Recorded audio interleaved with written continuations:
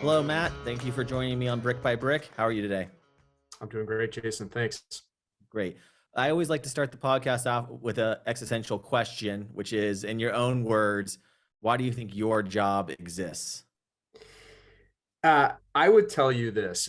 I've contemplated this. I've been at Horton, gosh, 9.5 years now, and this question has come up. I've contemplated this, and I think it's really centered to this. Professionals these days are so specialized, right? Whether it's a general contractor, whether it's a plumbing contractor, underground, you have so many things coming at you from so many different directions that you have to focus on like your specialization. And frankly, our industry has been so vanilla and so generic for so many years that I think you're seeing this shift into specializations. And my job and I exist simply to serve those industries that we kind of align ourselves with, and our job is to help manage kind of real complex issues that they face that frankly they don't have the time or energy or resources to handle. They're looking at their industry, and they've got plans and drawings and budgets and all of that they need to spend their time and energy on, and they need resources, whether they be outsourced or otherwise, to take on those specialization or specialized areas and really focus on that. That's why we exist, is to kind of manage the risks, drive down the costs, take the complex things and boil those down into simple concepts that people can understand. That's how I explain it to clients and prospective clients. It's so interesting because coming from technology and the rise of the internet, the internet exists and is successful because of the niche communities that it can build and how it can really drive transformation fast because it's focused on specific outcomes. It's interesting to hear how your industry is also moving in a direction of really niche solutioning, niche looking at the problem from the perspective of those industries, and then giving consultative advice. We talk about this all the time around how the more and more consulting is needed in order to build the proper risk portfolio or your risk appetite. What are the elements of a risk program for you? How do you explain what risk is and how a business should look at risk? Sure.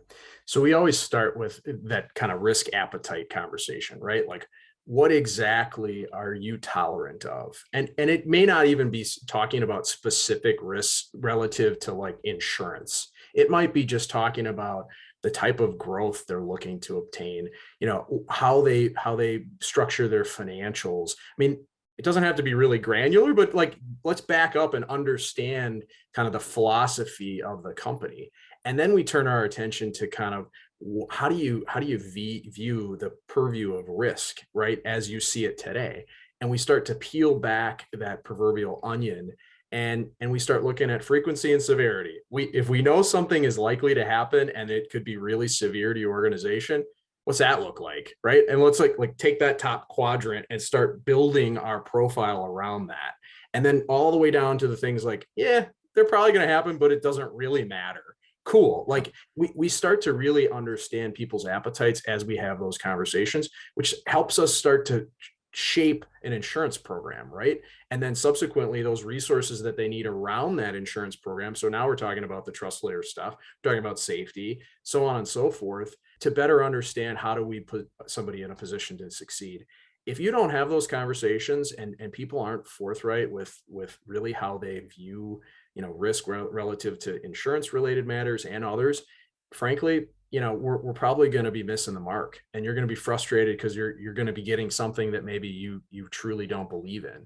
So we take a step back, and we truly take that approach of like, let's get down to the real brass tacks here. Like, how do you do this? How do you feel?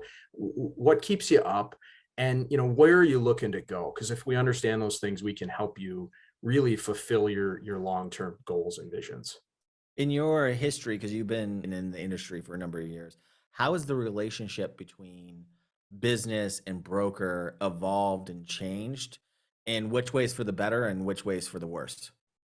Yeah, and like I mentioned before, Jason, I my personal opinion is, I think there's been an elevation in my industry, and at least I hope that from what I see locally is folks are trying to get better and better, right? They're starting to understand that specialization is really imperative, right? I think if you look decades ago, there was always this, hey, I'm a generalist. I can write anything, a manufacturing, a retail, a developer, maybe a contractor.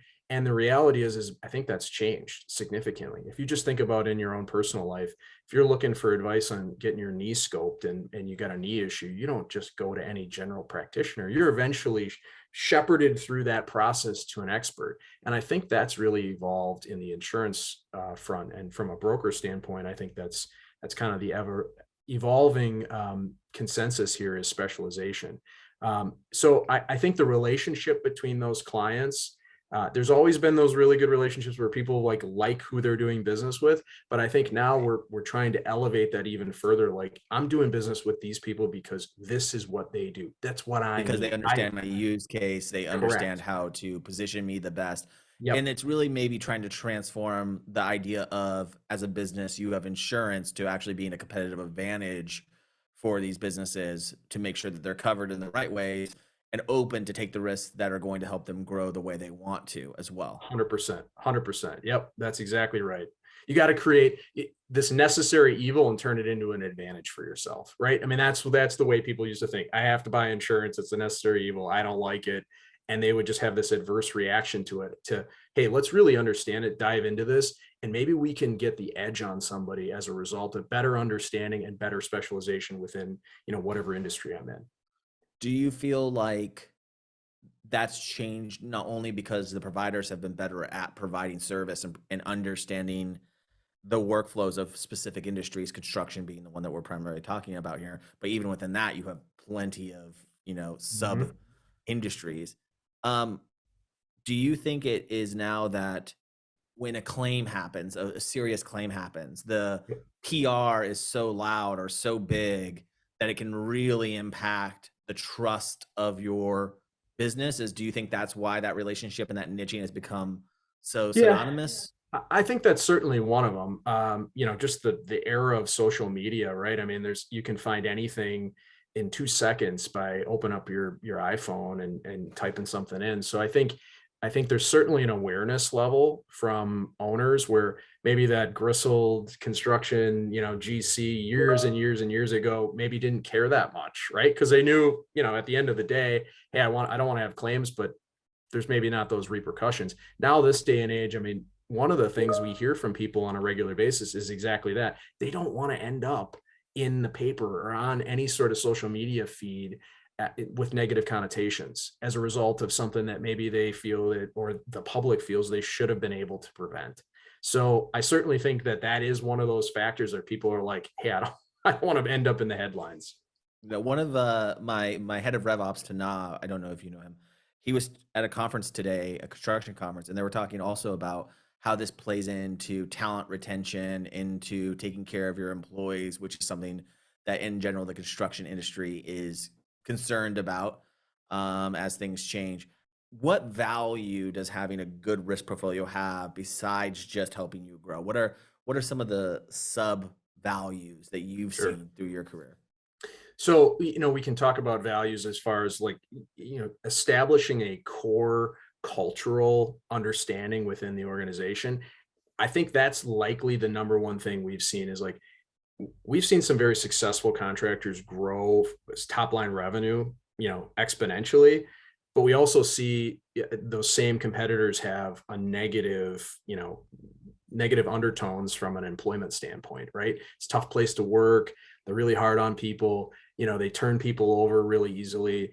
Those types of conversations, you just kind of anecdotally hear that. And the reverse is also true. People that say, hey, look, they've laid the groundwork. They're really an employee friendly organization. They know what they're doing. They utilize technology. They communicate really well. Though all of those things build that cultural headwind that can be really compelling if you're in the employment market. And in this day and age, I mean, obviously we've seen in the last 3 to 5 years, one of the biggest struggles that all contractors face is exactly that. How do I get and then maintain my workforce, right? And Right. build those people and develop them. So technology is a huge component in that, good and bad. And reinvesting those dollars into technology that can help you propel your employee base is imperative. One of the things you mentioned is this more consultative approach. In that, you have to educate businesses on how to talk to their subcontractors about mitigating risk. What are some of the pieces of advice that you give to the companies you're working with when they're dealing with subcontractors? Because I think subcontracting usage is on the rise for shortage of resources, all sorts of reasons. Mhm. How do you help them mitigate that risk? What are some tips that you bring into the Yeah, conversation? there's a little bit of an art and science there. I would tell you this, Jason. I remember, so when I grew up, we owned a lumber yard, and then we were in the contracting space. My father still is to this day, and I framed apartments when I was in college growing up. And the reality is subs used to pursue general contractors to get work. Now I almost feel like we're in a day and age where it's the reverse, right? Like the GCs need the subs almost more than they need the GCs. And I would tell you this, um, really being clear on the front end of expectations. If I'm a contractor looking to engage downstream subcontractors, really being clear in my expectations of what is required of them is step one. And that starts with that really nice, clean, clear to read and understand sub or general contracting subcontractor agreement. And then from there, it's just, the process. You hear of all these horror stories of like the process to collect this information, get things executed, lien waivers, et cetera, is just a nightmare in some cases. Having the right expectations and then following the process and showing folks how they're going to interact with your team and subsequently maybe even a third party provider like a TrustLayer is really important. And making that easy to use is certainly an advantage for you over some people that maybe have something archaic and all of a sudden it's last minute and they're like, hey, by the way, you sent me a COI and it was wrong. Well, I've already finished the work, and like those types of things still exist, believe it or not. Yes. And that's and Yeah, I'm that's what exposed I to them a think lot. this, yeah, I think that process with what we're trying to do with TrustLayer is to eliminate those headaches and that banter back and forth, because it does have lasting effects in some cases, right? Not always, but some cases where maybe the sub chooses to never do business with you because of such a poor experience. So Mhm. I think that type of relationship needs to change, um, and I think it is. It's going that way. It just, we need to be very cognizant that it all matters. Right. Interesting. You're going through that, and it's making me think a lot about, do you think how a contractor treats its subcontractors is indicative to potentially how they manage their entire business and how much risk they're putting themselves up to? Do you find that the organizations that are thinking about their subcontractor experience are also the ones that are leaning in these other areas? Is there any correlation? Like, what's best in breed? Like, you really care about subcontracting, you really Yeah, have that nailed down, you really understand your risk portfolio. Like, what does it look like to be at the top of your game in yeah. 2022?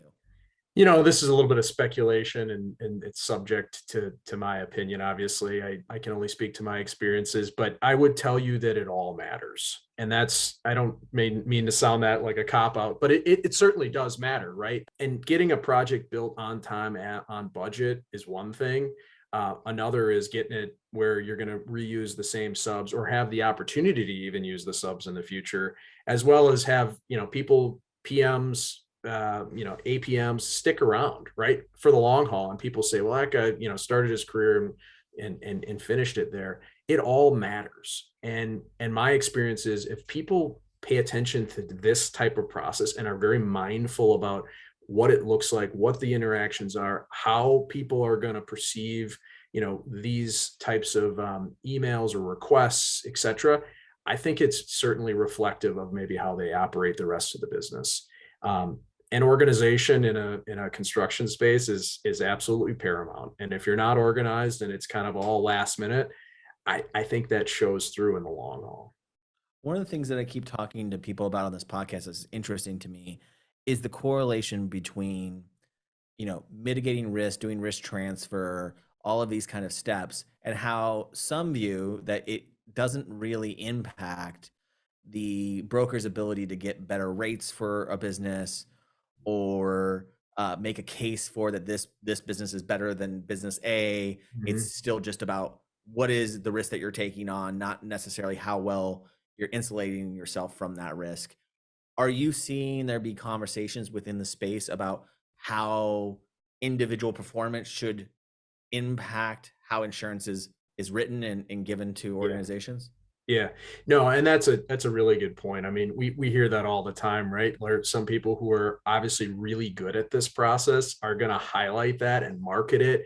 And frankly, it makes our job so much easier to be able to have the proof sources to show, hey, we're telling this story and here's exactly how it's being done. It lends itself a ton of credibility to the story that's told about you in the marketplace.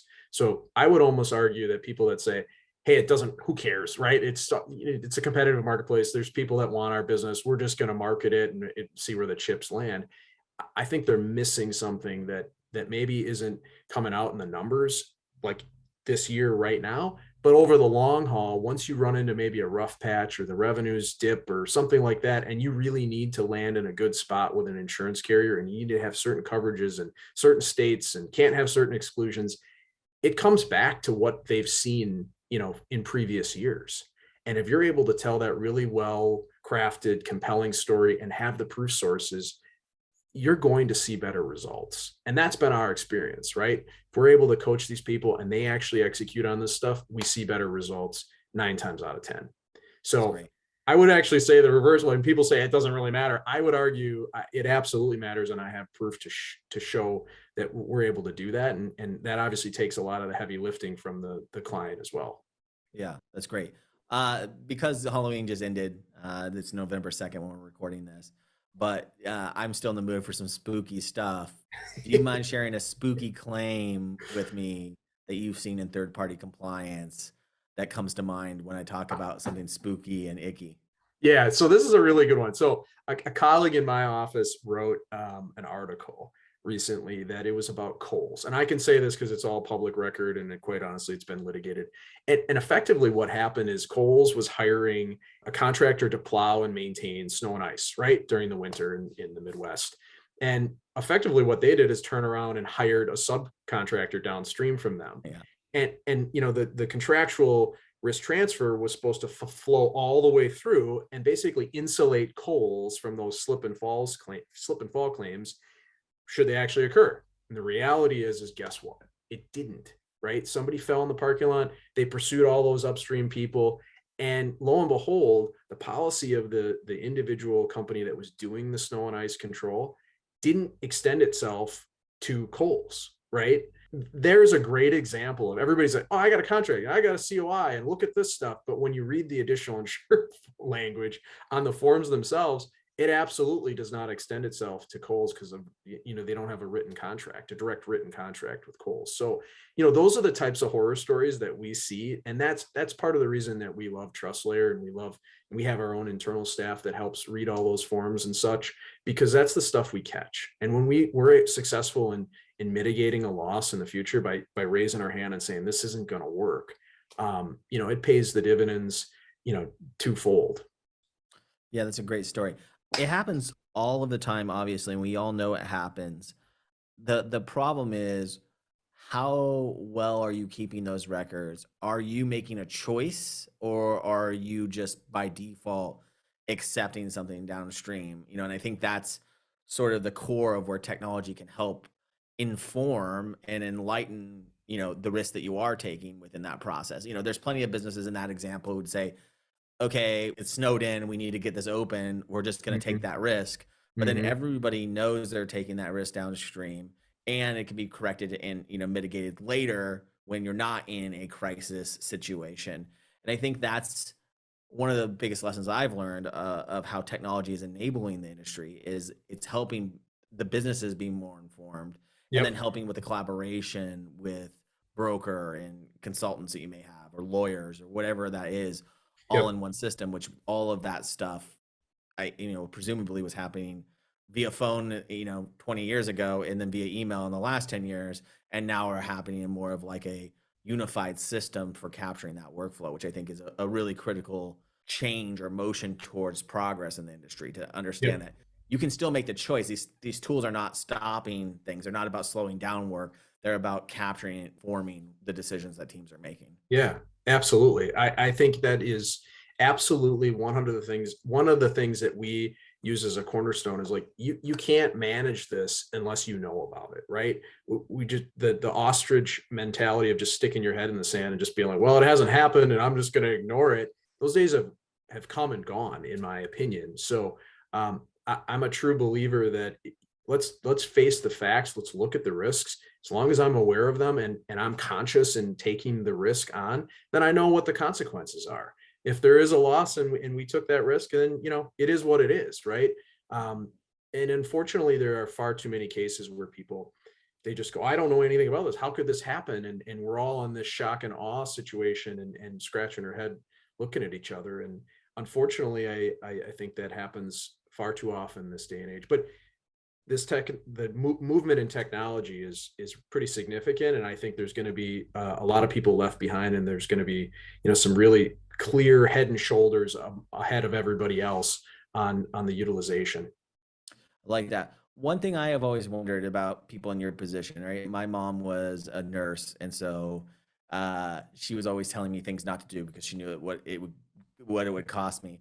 Do you feel like being in your position, it makes you pessimistic about like, are you like a doom and gloom kind of person where you're like, oh, this is going to go bad because you've seen it go bad, or do you look at it as the cost of doing business and a positive thing? What's your take? How does it affect your mentality? Yeah, I've always been growing up as working for contractors, my father being a contractor, I always understood like those physical risks, reputational risks, some of those things. And I think what I learned along the way was the best way to frame those to clients, right? Which is like, here's what can happen.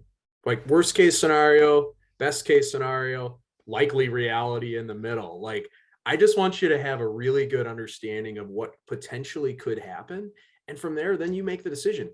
And let's be honest, contractors are risk takers, right? They just are. If you think about it, you go from a raw piece of land to a 10-story building that's got, a ton of stuff that went into it. There's risks every single day. There's Yeah. risks when they leave the job site and they shut the gate behind them. I mean, that's just the inherent nature of contractors. And I think the people that you speak to in the contracting space, they love it, right? That's what they do. And they feed off of understanding the risk, take them where they see they're necessary, and a lot of times those are going hand in hand with the rewards on the backside. So I'm one that always is clear with people, like I'm not trying to scare anybody, I'm just trying to tell you the reality of the situation. This can happen, that can happen, there's likely something in between there. We just need you to understand how to make the decision. Yeah. I really do like the idea of just like, because building things in our world is so synonymous and it happens all the time, we tend to not understand how much of a miracle it is every time something gets put up properly and is done Mm-hmm. properly and people are safe and all of these things. We treat that like it's the norm Mm-hmm. versus the reality, which is people make mistakes, even with good intent. Things can go wrong. And the world is this world that we live in is much more complex and execution than we give it credit for. Yeah, no, I agree. If you're ever involved, for even the layman, that has nothing to do with construction whatsoever, but being around contracting in any capacity, have something done at your house is a good example, right? Like have your bathroom remodeled and realize like all the things that go into that, right? And that could be a really small microcosm of the bigger scale of what we're talking about here. But just spend some time being outside of, not having access to your bathroom and watching everything that goes into that. You'll have a greater respect for the fact that like that big building over there or the school that your kids go to, etc. Like there is some significant effort, expertise, professionalism, study that goes into these things, and you just can't help but step back and marvel. And then think forward to like the technology that we're seeing unveiled. I mean, when drones came out and we were like using drones on construction sites, everybody's like, it blew their mind. And now we're seeing things like 3D printing and people like machines being made to lay like concrete block where they're building block walls. I mean, that's like the next evolution of what we're talking about here. Could you imagine people that started actually entering stuff in Excel spreadsheets, like people tracking certs in Excel spreadsheets, like, oh, this is so much faster than by Yes. hand and in files. And look at where we're at now with TrustLayer. I mean, Yeah. we are I just mean, like, it's just that the evolution is really outstanding. I think everybody needs to take pause and really understand that there's some serious feats of engineering, architectural, and construction that goes into a lot of these buildings.